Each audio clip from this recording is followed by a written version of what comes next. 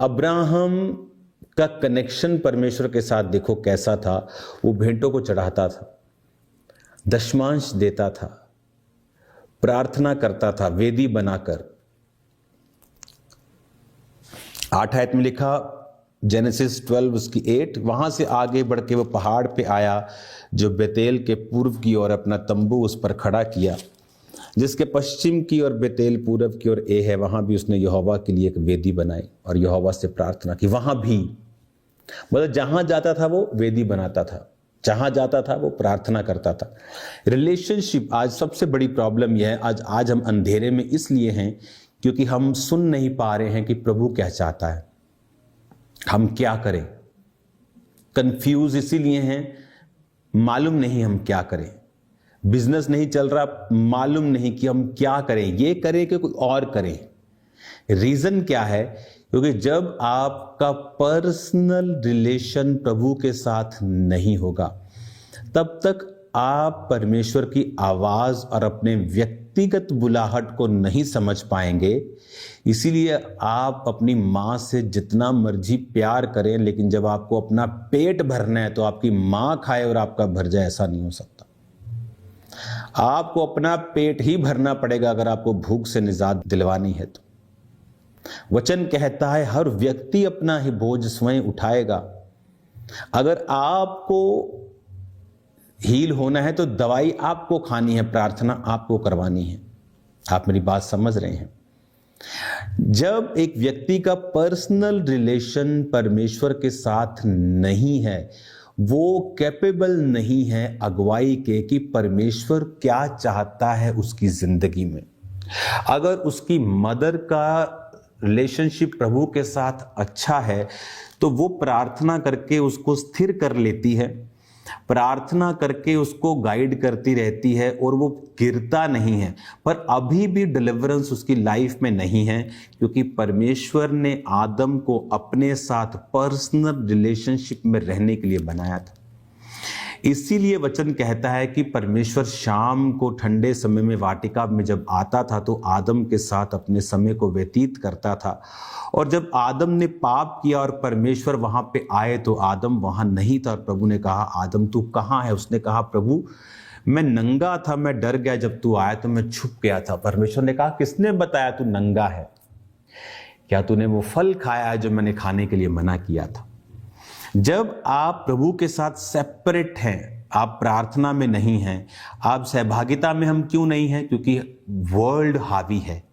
आदम सहभागिता में था क्योंकि उसने पाप नहीं किया, लेकिन जब पाप एंटर किया तो सहभागिता टूट गई, रिलेशनशिप टूट गई। तो जब वर्ल्ड हावी होगा आपकी रिलेशनशिप आप प्रभु के साथ मेंटेन नहीं करेंगे। आप रिलेशनशिप मेंटेन नहीं करेंगे तो आपकी अगुवाई नहीं होगी, जो प्रभु सर्कमस्टेंसेस के जरिए, आत्मा के जरिए, वर्ड के जरिए और फोर्सफुली भी करता है कई बार, जो आप अपनी ताकत से नहीं कर सकते। ये एक ऐसी फोर्स होती है कि जो आप चल पड़ते हैं उधर, आपको मालूम नहीं होता भाई मुझे क्या करना है, लेकिन उस कंफ्यूजन में भी प्रभु आपके साथ होता है। अगर आप प्रभु के साथ राइट रिलेशनशिप में है तो फिर वो भी आपको राइट प्लेस पे पहुंचा देती है। लेकिन जब प्रभु के साथ आपका रिलेशनशिप सही नहीं होता तो कंफ्यूजन्स और प्रॉब्लम्स और ट्रबल्स और कर्जे और दिस एंड दैट, फिर वो हमारी लाइफ का एक रेगुलर हिस्सा होते हैं और प्रभु नहीं चाहता ऐसा हो। फर्स्ट थिंग जो आपको इस्टेब्लिश्ड करनी है वो है पर्सनल रिलेशनशिप प्रभु के साथ, पर्सनल टाइम स्पेंड करना। आप बोलेंगे मैं प्रभु के साथ पर्सनल रिलेशनशिप कैसे बिल्ड करूं? मैं उससे बहुत प्यार करता हूं। अगर आप प्यार करते हैं, चाहे इस दुनिया में हो चाहे परमेश्वर से हो, फिर आप गिव करेंगे, आप बोएंगे। प्रभु से प्यार करते हैं आप पैसों को बोएंगे, आप प्रार्थना को करें। आप किसी व्यक्ति से प्यार करते हैं आप उसको गिफ्ट देते हैं, आप उसके सुख दुख में साथ खड़े होते हैं, आप उसके साथ समय बिताना चाहते हैं। लेकिन आप प्रभु के साथ प्यार नहीं करते हैं अगर आप उसके साथ समय नहीं बिताते हैं तो।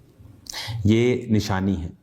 और अगर आप रिलेशनशिप में प्रभु के साथ स्ट्रांग नहीं हैं, आपको अंदर से फीलिंग्स जगाने की जरूरत नहीं। It's not a matter of feelings की फीलिंग प्रभु के साथ रिलेशनशिप बिल्ड करना, feeling, no, it's not a matter of feeling. ये फीलिंग का मैटर नहीं है।